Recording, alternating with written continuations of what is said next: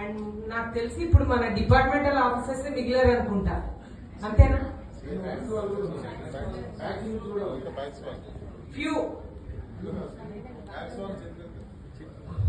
ఓ బానే ఉన్నారైతే, హ్యాపీ. అయితే డిపార్ట్మెంటల్ వాళ్ళే వెళ్ళిపోయారు అనమాట. యాక్చువల్లీ మార్నింగ్ చూస్తే మొత్తం ఫిల్ అయింది, ఇప్పుడు చూస్తే సగం సగం కనపడుతున్నారు. ఓకే, ఎనీహౌ ఏంటంటే ఫస్ట్ ఆఫ్ ఆల్ ఎఫ్పిఓస్ ఏంటి, ఏం చేస్తున్నాయి, ఎఫ్పిఓస్ వల్ల డిపార్ట్మెంట్ ఇప్పుడు ఫస్ట్ టైం మన 311 ప్యాక్స్ కి ఒక సిబిబిఓని ఇవ్వడం అనేది మన నాకు తెలిసి మన కంట్రీలో ఇదే ఫస్ట్ టైం. అండ్ ఈ 10,000 ఎఫ్పిఓస్ లో కూడా జనరల్ గా మేము పూనా వెళ్ళినప్పుడు కూడా చూసాం, ఒక 5 ఎఫ్పిఓస్ కి ఒక సిబిబిఓ అట్లా ఉందన్నమాట. హైయెస్ట్ మన తెలంగాణకి ఇచ్చారు 311, నెక్స్ట్ 208 అనుకుంటా ఆంధ్రాకి ఇచ్చారు. యాక్చువల్లీ ఇది ఏంటంటే మనకి డిపార్ట్మెంట్ కి ఇచ్చారు, డిపార్ట్మెంట్ కి ఇంప్లిమెంటింగ్ ఏజెన్సీ ఏమో మనకి ఎన్సిడిసి సిబిబిఓగా మన డిపార్ట్మెంట్ కి ఇచ్చిందనమాట. మన కమిషనర్ గారు, సెక్రటరీ గారు వీళ్ళందరూ కూడా వాళ్ళ ఎఫర్ట్ తోటి మన డిపార్ట్మెంట్ కి ఇచ్చారు. డిపార్ట్మెంట్ కి డైరెక్ట్ గా ఇవ్వలేక ఏం చేశారంటే మన యూనియన్ కి ఇచ్చారు. యూనియన్ డిపార్ట్మెంట్ కంట్రోల్లో ఉంటుంది కాబట్టి ఇప్పుడు సిబిబిఓ ఎవరు, CBBO is cooperative department and it's prestigious. మనకి ఒక ఆఫర్ అనమాట. మనం ఏదో 15, నాకు తెలిసి వెంకటరెడ్డి గారు మనం 15 ఏళ్ల క్రితం అనుకుంటా కదా మనకి ఐసిడిపి ప్రోగ్రామ్ ఏదో ఉండేది, తర్వాత మనకు అసలు ఒక్క ప్రోగ్రామ్ కూడా లేదు, ఏమీ కూడా ఇంప్లిమెంటింగ్ స్కీమ్స్ ఏం లేవు. మన బడ్జెట్ అయింది కదా, మన కార్పొరేషన్ కి 158 crores ఇచ్చారంట.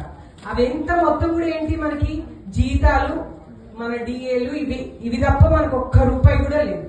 ఇది ఫస్ట్ టైం ఇచ్చారు. అండ్ ఇచ్చిన దాన్ని మనం ప్రెస్టీజియస్ గా తీసుకుని మంచిగా ఇంప్లిమెంట్ చేసి బెస్ట్ గా చేద్దాం. ఇప్పటి వరకు మనం ఏం చేస్తున్నాం డిపార్ట్మెంట్ లో మనకు తెలుసు కదా, ఆడిట్, మీరు ఆ తప్పు చేశారు, ఈ తప్పు చేశారు, మీరు ఆ సరిగ్గా చేయలేదు, ఈ సరిగ్గా చేయలేదు. కానీ ఇప్పుడు మనకు ఒక ఆపర్చునిటీ వచ్చింది, బెస్ట్ గా చేయడం ఏంటి అంటే మనం డెవలప్మెంట్ రోల్. యాక్చువల్లీ ఏంటంటే మనకు ఒక సేయింగ్ ఉంది, డిపార్ట్మెంటల్ ఆఫీసర్స్ ఎక్కడ పోయినా చాలా బాగా పనిచేస్తారు మన కోఆపరేటివ్, బట్ మన కోఆపరేటివ్ డిపార్ట్మెంట్ మాత్రం చాలా లో ఉంది. బయట వెళ్ళి మన ఆఫీసర్స్ అందరు కూడా బాగా చేస్తున్నారు అండ్ ఇంప్లిమెంటింగ్ కానీ ఏదైనా పబ్లిక్ కి ఉపయోగపడే పనులని కూడా బాగా చేస్తున్నారు మన కోఆపరేటివ్ డిపార్ట్మెంట్. బట్ మనం నిజంగా గ్రాస్ రూట్ లెవెల్లో ఉండే కోఆపరేటివ్ డిపార్ట్మెంట్, మనం ఫార్మర్ కి దట్టు ఫార్మర్ కి చాలా క్లోజ్ ఉండే డిపార్ట్మెంట్ కి ఏమి రోల్ ఉండట్లా కదా. ఈ ఒక మన మంచి ఆపర్చునిటీని తీసుకుని మన కమిషనర్ గారు కూడా చాలా ఇంట్రెస్టింగ్ గా అన్ని కూడా పర్సూ చేస్తున్నారు, చక్కగా మనల్ని గైడ్ చేస్తారు. మన సెక్రటరీ గారు మనకి గవర్నమెంట్ ఇంత ఆపర్చునిటీ ఇచ్చింది కాబట్టి మనం చేసుకుందాం. That is the advantage to our department first. Next సంఘాలకి ఏంటి ఉపయోగం? ఇంతకుముందు ఒక పోటీగా ఎందుకు అని అడిగారు ఒక చైర్మన్ గారు, లేరు సార్. అయితే ఏంటంటే సంఘాలకి ఏంటి ఉపయోగం? రీసెంట్ గా ఏంటంటే government of India 10,000 FPOs propose చేసినప్పుడు ఏం చేసిందంటే సపరేట్ గా ఎఫ్పిఓస్ ని డెవలప్ చేయాలని చెప్పింది అన్ని స్టేట్స్ కూడా. అట్లా మీటింగ్స్ అయ్యాయి, సెంట్రల్ గవర్నమెంట్ మన వాళ్ళ తోటి మన స్టేట్ గవర్నమెంట్ ఆఫీసర్స్ తోటి మీటింగ్స్ అయ్యాయి. బట్ మన తెలుగు రాష్ట్రాలు బేసిక్ గా మన Telangana and Andhra they opposed అనమాట. ఇప్పుడు మా దగ్గర మా ప్యాక్స్ బాగున్నాయి, ఇంకా మీరు మళ్ళీ కొత్త ఎఫ్పిఓస్ తెచ్చి వాటికి డబ్బులు ఇచ్చి వాటిని ప్యాంపర్ చేస్తే మరి ప్యాక్స్ ఏమైపోవాలి? ఒకే చోట 2 ఇన్స్టిట్యూషన్స్ పెట్టి మన మధ్యలో మనకే ఇబ్బంది రాకూడదు కదా, అట్లా మనం యాక్సెప్ట్ చేయలేదన్నమాట మన తెలంగాణ స్టేట్. దానివల్ల ఏం జరిగింది, మనం ఈ ప్యాక్స్ ని ఎఫ్పిఓస్ లాగా డెవలప్ చేయడానికి మనకి ఓన్లీ ఈ తెలుగు స్టేట్స్ లోనే జరిగింది, ఎక్కడ జరగలేదు ఆల్ ఓవర్ ద ఇండియా. కాబట్టి మనం ప్యాక్స్ కే ఇప్పుడు ఎఫ్పిఓస్ కి ఏమి అడ్వాంటేజెస్ వస్తున్నాయో మన ప్యాక్స్ కి వస్తున్నాయి. ఎఫ్పిఓస్ లాగా మనం ప్యాక్స్ డెవలప్ అవుతుంది. ఇన్ని రోజుల నుంచి మనం ఏం చెప్తున్నాం, యాక్చువల్లీ కోఆపరేటివ్ డిపార్ట్మెంట్ తరఫు నుంచి మేము ఏం చెప్తున్నాం అంటే ప్యాక్స్ అన్ని కూడా నాన్ క్రెడిట్ బిజినెస్ చేయాలి,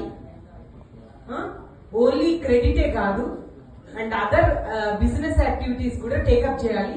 అవి ఇవన్నీ 10-15 ఏళ్ల నుంచి చెప్తున్నాం. కానీ ఎప్పుడైనా ఒక రూపాయి ఇచ్చామా?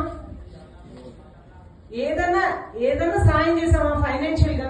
పోనీ ఒక బీడీపీ చేసుకోవాలా, ఒక మంచి ఇన్స్టిట్యూషన్ నుంచి ఒక మంచి ఆఫీసర్ తెచ్చి ఒక బీడీపీ ప్లాన్స్ తయారు చేసే వాళ్ళని పెట్టామా? ఎప్పుడు చేయలేమా? మనం ఏమన్నా చేసామా? మీకు ఎప్పుడైనా ఒక రూపాయి ఎవరైనా ఇచ్చారా? ఏం లేదు, ఉత్త మాటలు చెప్పాం కదా.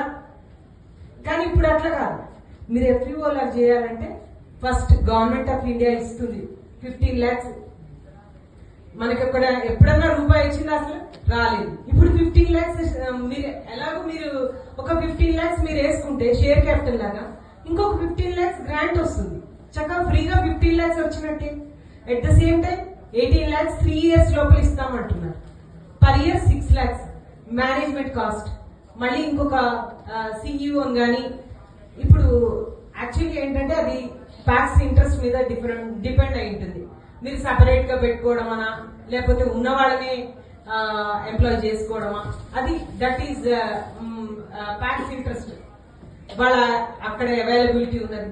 అదే కాకుండా ఇంకొక అడ్వాంటేజ్, ఇప్పుడు క్రెడిట్ గ్యారంటీ అదొకటి ఉంది.